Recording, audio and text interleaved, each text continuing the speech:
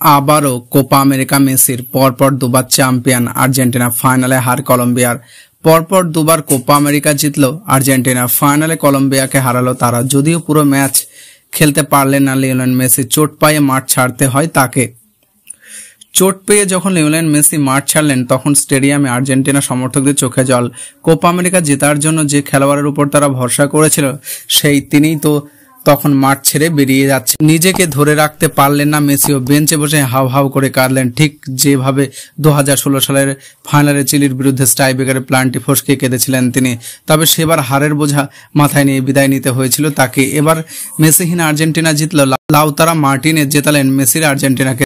চলতি কোপায় যখনই নেমেছেন গোল করেছেন মার্টিনেজ, আরও একবার সেই কাজটা করলেন তিনি। ভিড় করেন টিকিট না থাকায় অনেক দর্শক, তারা ব্যারিকেড ভেঙে স্টেডিয়ামে ঢুকে পড়েন। পরিস্থিতি সামলাতে নাজেহাল হন নিরাপত্তা রক্ষীরা, ফলে স্টেডিয়ামের গেট বন্ধ করে দেওয়া হয়। নির্দিষ্ট সময় থেকে 1 ঘন্টা 20 মিনিট দেরিতে শুরু হয় খেলা।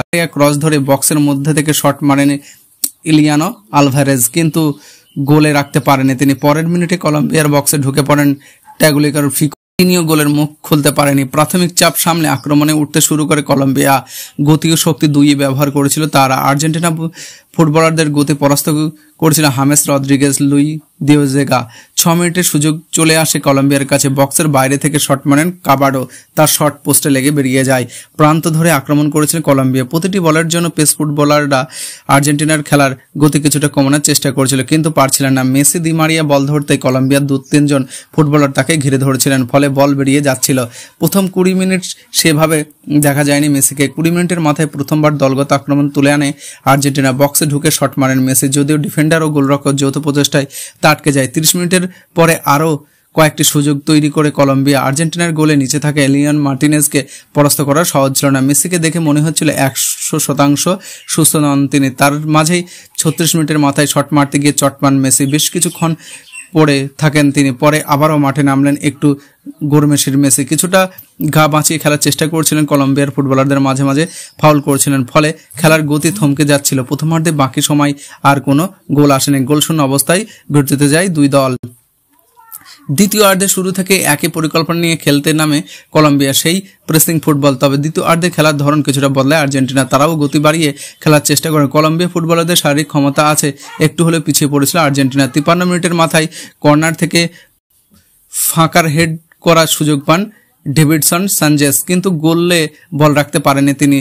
চাপ সামনে খেলায় ফেরার চেষ্টা করে আর্জেন্টিনা। বাঁ প্রান্তে ধরে সচল ছিলেন দি মারিয়া, দ্রুত কয়েকটা আক্রমণ ঢুকে আনেন তিনি। 58 মিনিটের মাথায় একক দক্ষতায় বক্সে ঢুকে শট মারেন দি মারিয়া, ভালো বাঁচান গোলরক্ষক। যখনই আর্জেন্টিনা আক্রমণ উঠেছিল তখনই ফাউল করেছেন কলম্বিয়া। মারকোটে ফুটবল খেলছিল তারা। মাথা ঠান্ডা রাখতে পারেনি আর্জেন্টিনার কোচ লিওনেল স্কলোনি। সাইড লাইনে দাঁড়িয়ে রেগে যান তিনিও, তাকে সামলাতে হিমশিম খাচ্ছিল সমর্থকরা।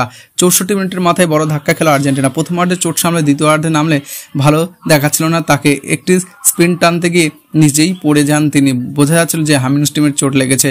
কোথাও এইভাবে আর কোনো খেলা চালাতে পারেনি তিনি। মাঠ ছাড়েন মেসি, বেঞ্চে বসে নিজেকে সামলাতে পারেনি তিনি। প্রথমে এক পায়ের জুতো খুলে হাত দিয়ে মুখ ঢেকে হামাও করে কাঁদছিলেন মেসি। বোঝা যাচ্ছিল ফাইনাল খেলতে না পারার যন্ত্রণা তার চোখ বেরিয়ে পড়ছে। মেসি ওঠার পরে কাঁদতে দেখা যায় আর্জেন্টিনার সমর্থকদের।